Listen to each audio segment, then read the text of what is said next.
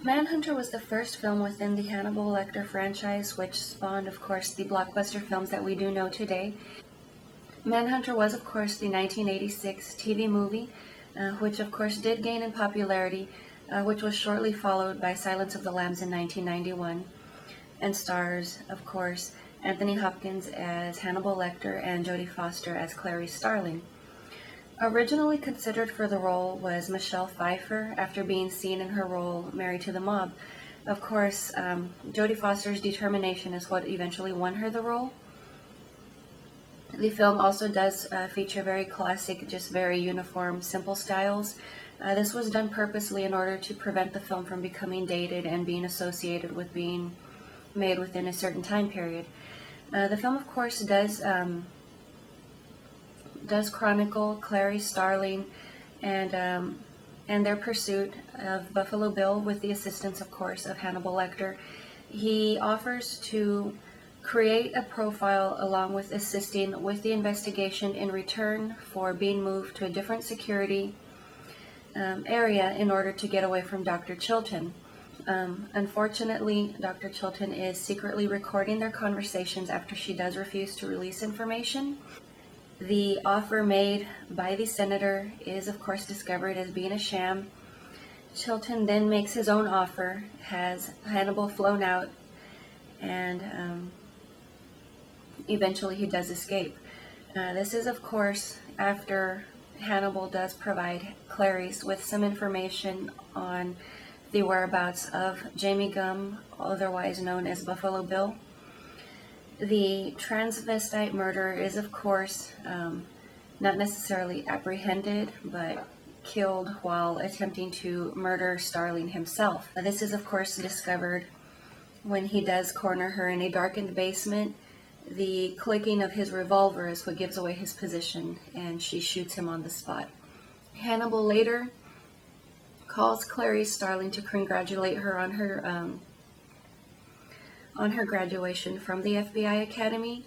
He also does assure her that he will not pursue her and also asks for the same in return. Of course, Starling, being Starling, cannot promise the same in return. The next film within the franchise is Hannibal, which was released in 2001.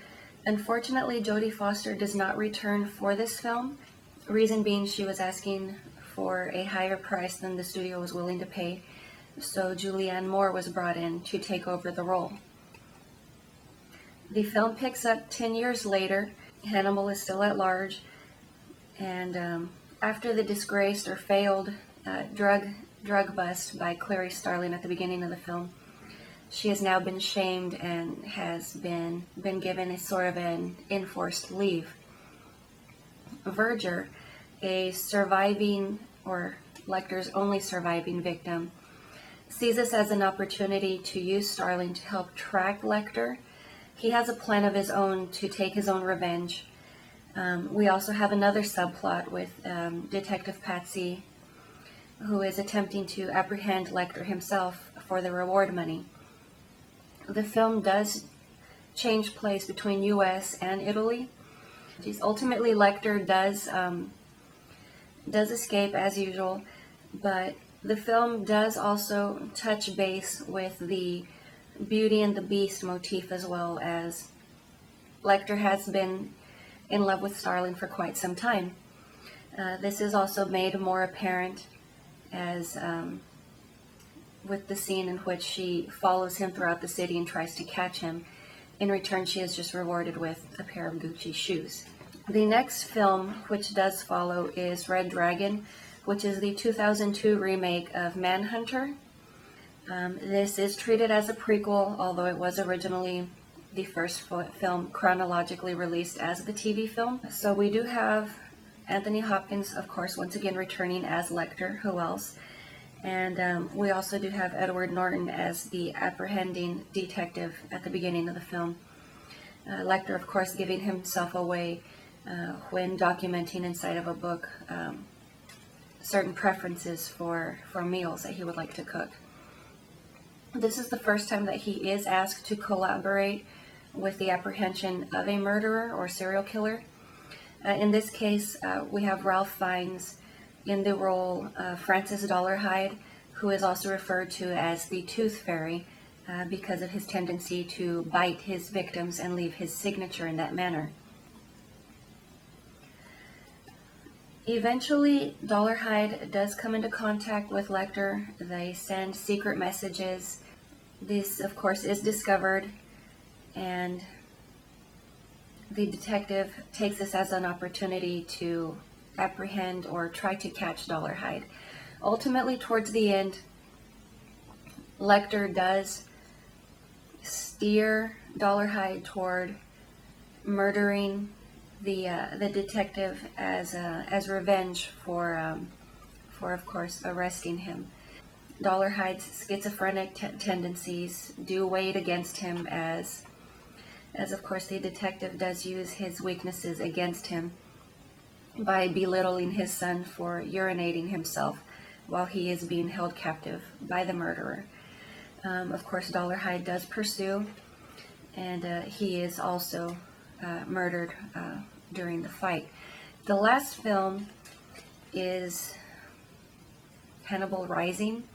We have Gaspar Ulliel as the young Hannibal, as well as Gong Li playing Lady Murasaki, who is the widow of Hannibal's uncle.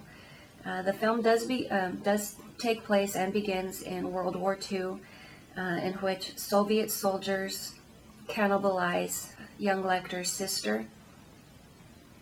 After being taken in by Lady Murasaki, he does learn about the ways of the samurai, as well as the family cook, just trying to add to his sophistication and education upbringing. Lets him in on some culinary tips and which parts of the animal are the best tasting. Fortunately, Lecter takes this a little too seriously, decides to track down the soldiers who did cannibalize his sister, and puts that culinary knowledge to some use. Ultimately, it is revealed that Lecter was also fed his own sister, which of course angers him even more. In the end of the film, Lady Murasaki does realize what he is up to. She's no longer protecting him. He does confess his love for her, and unfortunately this could have been his only redeeming quality, is the fact that she could have chosen to love him. She could have, healed all of the pain. Unfortunately, with the horror of all his actions, she rejects him, and Lecter moves on to a new life in the U.S. after being accepted by the Johns Hopkins University.